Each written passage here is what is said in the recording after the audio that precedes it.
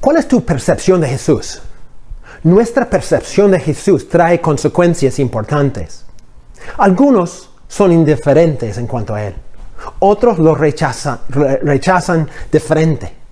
Otros forman su propia versión de quién Él es, mientras algunos lo reciben tal y cual como realmente es y lo adoran.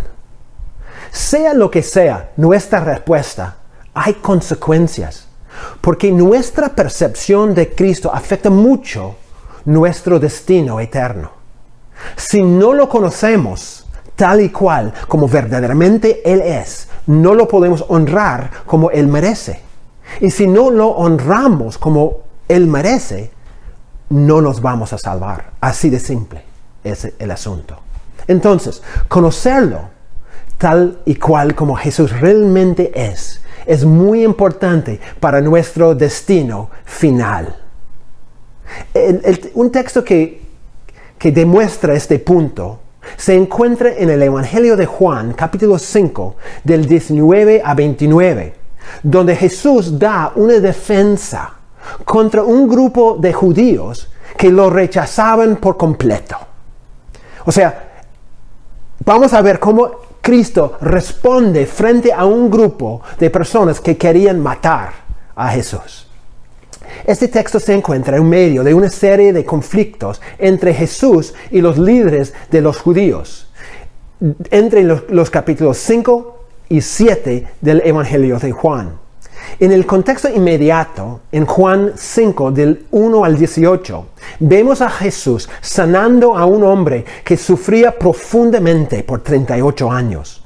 No obstante, esa obra de compasión causa una controversia muy fuerte, justamente porque fue el día de reposo cuando Jesús lo sanó. Y esto molestó a los judíos al punto que buscaban matar a Jesús. Pero las cosas se ponían aún más picantes porque Jesús respondió a su molestia justificando su milagro con estas palabras: mi Padre hasta ahora trabaja y yo trabajo. En otras palabras, lo que Jesús está diciendo es tal como Dios sigue obrando en el mundo, aún en el día de reposo, así también lo hago yo. O sea, Jesús está alegando tener la misma autoridad que Dios tiene, una autoridad por encima de la ley de Dios. Obviamente esto no les cae bien a los judíos porque ellos ven que Jesús no solamente está afirmando tener autoridad sobre la ley de Moisés, sino mucho más. Estaba afirmando que Dios era su Padre, por ende, haciéndose igual a Dios. Este era el colmo de la blasfemia para ellos. ¿Alegar ser igual a Dios? Por lo tanto, los judíos lo perseguían, deseando hasta matarlo. Entonces es muy claro, ¿no es cierto?, que hay un ambiente muy cargado de tensión y persecución. Por ende, en nuestro texto de Juan 5, 19 a 29, Jesús responde con una defensa de su autoridad ante los judíos. Y él dice esto: respondió entonces Jesús y les dijo: de cierto os digo, no puede el Hijo hacer nada por sí mismo, sino lo que ve al Padre. Porque todo lo que el Padre hace, también lo hace el Hijo, igualmente. Porque el Padre ama al Hijo y le muestra todas las cosas que él hace. Y mayores obras que estas le mostrará, de modo que vosotros os maravilléis. Porque como el Padre levanta a los muertos y les da vida, así también el Hijo a los que quiere da vida. Porque el Padre a nadie juzga, sino que todo el juicio dio al Hijo, para que todos honren al Hijo como honran al Padre. El que no honra al Hijo, no honra al Padre que le envió. De cierto os digo, el que oye mi palabra y cree al que me envió, tiene vida eterna, y no vendrá a condenación, mas ha pasado de muerte a vida. De cierto os digo, viene la hora, y ahora es, cuando los muertos oirán la voz del Hijo de Dios, y los que la oyeren vivirán. Porque como el Padre tiene vida en sí mismo, así también ha dado al Hijo el tener vida en sí mismo. Y también le dio autoridad de hacer juicio por cuanto es el Hijo del Hombre. No os maravilléis de esto, porque vendrá hora cuando todos los que están en los sepulcros oirán su voz, y los que hicieron lo bueno saldrán a resurrección de vida, mas los que hicieron lo malo a resurrección de condenación. En el verso 19 el texto empieza: respondió entonces Jesús, que demuestra que todo lo que Jesús dice en este texto de 5:19 a 29 es una defensa frente a las quejas y las críticas de los judíos. Jesús está aclarando abiertamente exactamente quién Él es y cuál es la autoridad que Él tiene. Hay 3 afirmaciones principales que Jesús hace como parte de su defensa. Y cada afirmación empieza con la frase: de cierto os digo. Una frase que aparece 25 veces en este libro. Y es un dicho que Jesús utiliza para enfatizar la veracidad y seriedad de lo que Él va a decir. Ahora, ¿cuáles son las 3 afirmaciones que Jesús usa para defender su autoridad? La primera afirmación es esta. Jesús dice: yo nunca trabajo independientemente. Más bien, todo lo que yo hago está en armonía con lo que mi Padre hace. Los judíos querían matar a Jesús porque para ellos Él era un transgresor, una persona que no respetaba la ley judía. Es más, para ellos Él era un blasfemo, una persona que insultaba a Dios y llegó al punto de alegar ser igual a Dios. Todo lo que un buen judío debería ser, Jesús no era para ellos. Todo lo que un buen judío debería hacer, para ellos Jesús fallaba. El ministerio de Jesús representaba para los judíos todo el opuesto de lo que el Padre representaba. Para ellos, Jesús no era el Cristo, sino el anticristo. No era una persona que Dios aceptaba, sino alguien que Dios rechazaba tajantemente. Por eso querían matarlo, porque Él era enemigo número 1 de las tradiciones y verdades judías. Jesús era para ellos alguien obrando por su cuenta, totalmente aislado de la voluntad de Dios y, peor de todo, pretendía hacerse igual a Dios. Pero Jesús responde defendiendo su ministerio. De cierto os digo, no puede el Hijo hacer nada por sí mismo, sino lo que ve hacer al Padre. Y Jesús repite esta afirmación en 5:30. No puedo yo hacer nada por mí mismo. Según oigo, así juzgo. Su punto es bastante claro. Jesús nunca hacía nada en contra de la voluntad de Dios. Todo lo que Jesús hacía, inclusive sanar en el día de reposo, Él hacía en armonía con el Padre. De hecho, Jesús dice que Él no tenía la capacidad de trabajar solito, de hacer algo de una forma independiente de su Padre. Nada de lo que Jesús hacía, ninguna de sus obras, ninguna de sus enseñanzas, nada de lo que Jesús hacía, Él hacía de una manera autónoma. Él solo hacía lo que Él veía hacer el Padre. O sea, Jesús y el Padre eran tan unidos que el trabajo del Padre se reflejaba perfectamente en el trabajo del Hijo. Y la autoridad del Padre era la misma autoridad con la cual Jesús oraba.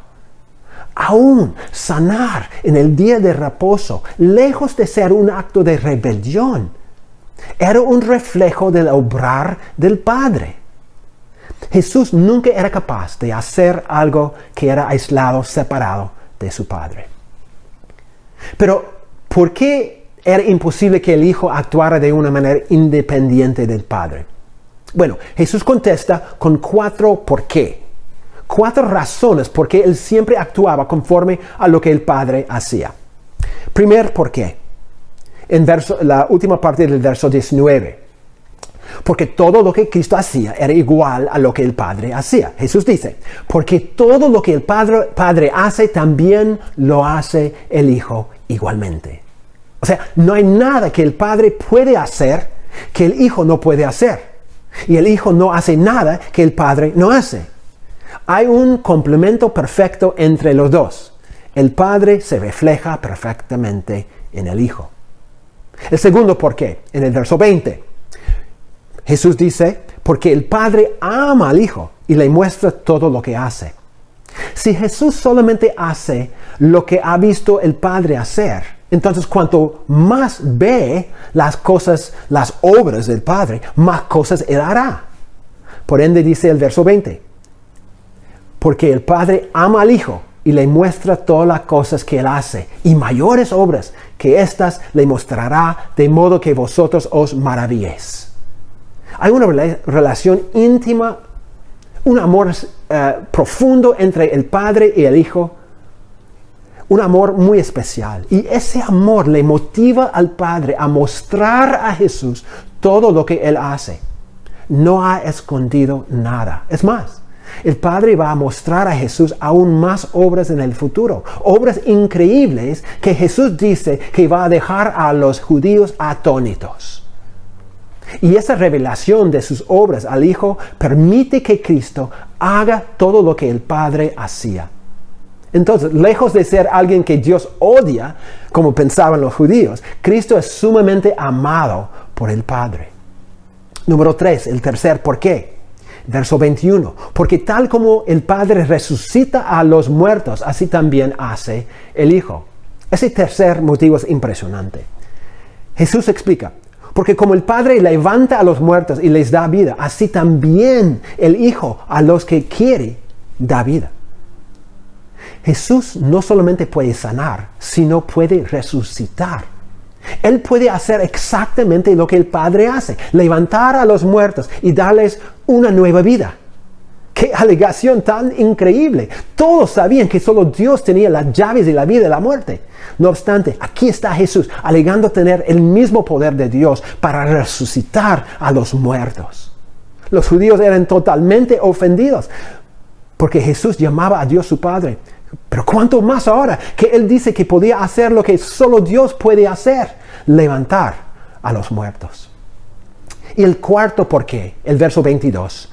Jesús dice, es porque el Padre delegó todo juicio al Hijo.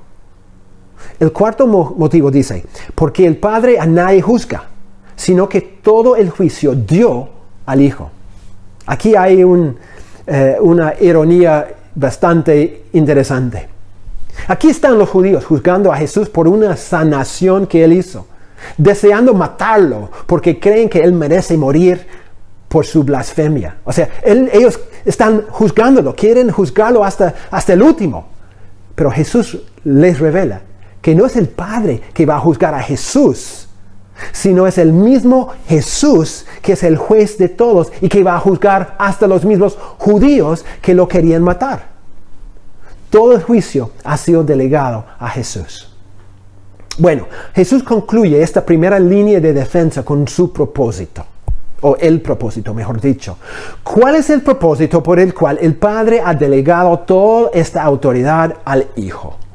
El verso 23 declara, para que todos honren al Hijo como honren al Padre. El que no honra al Hijo, no honra al Padre que le envió.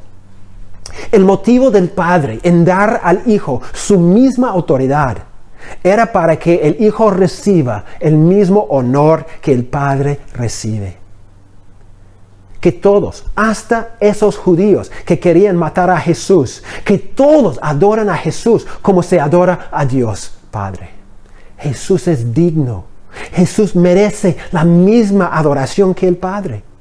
Es más, cualquier persona que no honra al Hijo no puede honrar al Padre. O sea, es imposible honrar al Padre a menos que honremos al Hijo. La adoración de Dios solo puede revelarse de una sola forma, a través de Cristo Jesús. No hay otra forma aceptable. Todas las religiones que dicen que adoran a Dios, cuán sinceras que sean, pero que no reconocen a Jesús, que no adoran a Jesús con el mismo honor que al Padre, son falsas y en verdad no están adorando al Dios verdadero. Entonces, esos judíos que querían matar a Jesús en el nombre del Padre, realmente no honraban al Padre, no conocían al Padre, porque no querían honrar a su Hijo. Bueno, esta es la primera defensa de Jesús. La razón por qué Él hacía lo que hacía es porque está haciendo exactamente lo que veía al Padre hacer. Jesús nunca actúa de una manera independiente, más bien Él siempre hace lo que el Padre hace. Hay una unidad profunda entre Padre e Hijo, y la autoridad del Padre se refleja en las obras del Hijo, aun cuando Él sana el día de reposo. Y la adoración que merece el Padre, merece también el Hijo. La segunda afirmación de Jesús de defensa frente a los judíos es esto. Jesús dice, yo tengo autoridad sobre los que viven para darles vida eterna. El verso 24. Bueno, si la primera afirmación era increíble, esta segunda es mucho más. Dice verso 24, de cierto os digo, el que oye mi palabra y cree al que me envió, tiene vida eterna. Y no vendrá a condenación, mas ha pasado de muerte a vida. Es la palabra de Jesús que salva. Si una persona oye, es decir, acepta, obedece mi palabra, dice Jesús. Y si esa persona pone su fe en mi Padre, el mismo que me envió a predicar esa palabra, entonces esa persona que cree, ya tiene ahora, en el presente, vida eterna. La salvación viene a través de una aceptación de la palabra de Cristo Jesús. Pero además, esa persona que cree la palabra de Jesús no será juzgada, no será condenada, más bien ya ha pasado de muerte a vida. Todos aquellos que verdaderamente acepten el Evangelio, que pongan su fe en el Padre de Jesús, han pasado por esa fe a la esfera de vida y nunca, jamás experimentarán condenación. Han recibido el regalo de vida eterna y esa vida les pertenece a ellos ahora, aún antes de la consumación de la historia. ¿No te das cuenta, hermano, que por fe en Dios tú has cruzado la gran brecha que existe entre vida y muerte? Eres muerto antes, pero ahora en Cristo vives. La vida eterna ha empezado en el presente y es tu herencia por fe en Él. Todo esto se centra en Jesús, el mismo que los judíos querían matar por blasfemo, por transgresor, por mentiroso. Pero es ese Jesús que controla la vida eterna, que te ofrece a ti ahorita un traslado de muerte a vida si aceptas su palabra y si pones tu fe en su Padre. Todo depende de ese Jesús. Ese Jesús que siempre hace lo que su Padre hace. Él es el dador de vida eterna. Y la tercera afirmación de Jesús en su defensa frente a los judíos es esto. Yo tengo autoridad sobre los muertos, no solamente los vivos como el número 2, sino también sobre los muertos, para darles vida o para juzgarlos. Los versos 25 a 29. Jesús responde, de cierto os digo, viene la hora y ahora es. O sea, la hora que viene en el futuro ya llegó, dice. Cuando los muertos oirán la voz del Hijo de Dios y los que la oyeren vivirán. Jesús está diciendo que el futuro ha invadido el presente en Él. Porque la hora que viene ya está aquí. No en su plenitud, por supuesto, sino en Jesús. Los muertos ya pueden escuchar la voz de Cristo y en Él pueden encontrar vida. Es decir, los que están muertos espiritualmente pueden escuchar su voz. Su voz corre por todo el mundo en el Evangelio y da vida a los que la obedecen. ¿Pero por qué? ¿Por qué Jesús tiene la capacidad de dar vida a los muertos? En los versos 26 y 27, Jesús explica. Porque como el Padre tiene vida en sí mismo, así también ha dado al Hijo el tener vida en sí mismo. Y también le dio autoridad de hacer juicio por cuanto es el Hijo del Hombre. Tal como el Padre tiene inherente en su ser, tal como el Padre es la fuente de vida, así es Jesús su Hijo. Jesús tiene la misma esencia, Jesús tiene la misma autoridad, Jesús tiene el mismo privilegio y la misma capacidad. Es un dador de vida. Pero también el Padre ha delegado al Hijo autoridad para juzgar. Por lo tanto, Jesús puede dar vida a los muertos. Tú puedes imaginar cómo los judíos respondieron frente a esas afirmaciones. Ese hombre es loco, es un blasfemo, creyendo que es su palabra que determina el destino final de una persona. Entonces Jesús tiene una respuesta más en los versículos 28 y 29. No os maravilléis de esto. Bueno, obviamente los judíos estaban maravillándose. Y Jesús dice, no os maravilléis de esto, porque vendrá hora cuando todos los que están en los sepulcros oirán su voz, y los que hicieron lo bueno saldrán a resurrección de vida, mas los que hicieron lo malo a resurrección de condenación. Jesús habla del futuro, la resurrección final, cuando todos los muertos resucitarán o para vida eterna o para condenación eterna. Y es el mismo Jesús que será el juez en ese momento. Es Él que va a juzgar las obras de cada uno. Ahora, no está diciendo que son las obras que nos salven, sino que son las obras que demuestran si tuviéramos o no una fe genuina en Jesús. O sea, es nuestra respuesta a su palabra que determina nuestro destino, porque una respuesta de fe resulta en una vida de buenas obras, y una respuesta de desobediencia resulta en una vida sin las obras que vienen de una fe real en Jesús. Y es Jesús el que otorga vida eterna a todos los que reciben su evangelio y que juzga a todos los que rechazan a su palabra. Él es el eje de la vida y de la condenación. Él es el factor determinante para el destino de todos. Jesús es el Salvador y el juez. Los judíos perseguían a Jesús, lo rechazaban totalmente, lo querían matar. No obstante, fue ese mismo Jesús que era la clave para la vida eterna. Aun cuando sus obras nos parecen a nosotros extraños, debemos entender que Jesús siempre obra conforme a las obras de su Padre. Él nunca obra de una manera independiente. Él solo hace lo que el Padre hace. Y es Él que es el eje para la eternidad. Es a través de fe en su palabra que una persona escapa a la condenación eterna y recibe una nueva vida, la vida eterna. Él es el Salvador, Él es el juez, Él es Dios. ¿Cuál es tu percepción de Él? Eso es el asunto principal en toda la vida. Si tú lo rechazas como los judíos, la consecuencia será horrible.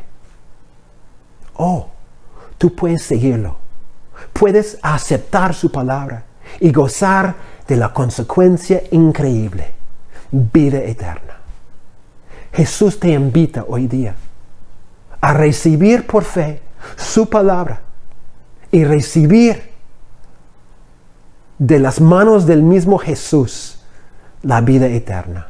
Y Él dice, has pasado, si aceptas, de muerte a vida, y que nunca jamás entrarás en condenación. ¿Cuál es tu percepción de Jesús?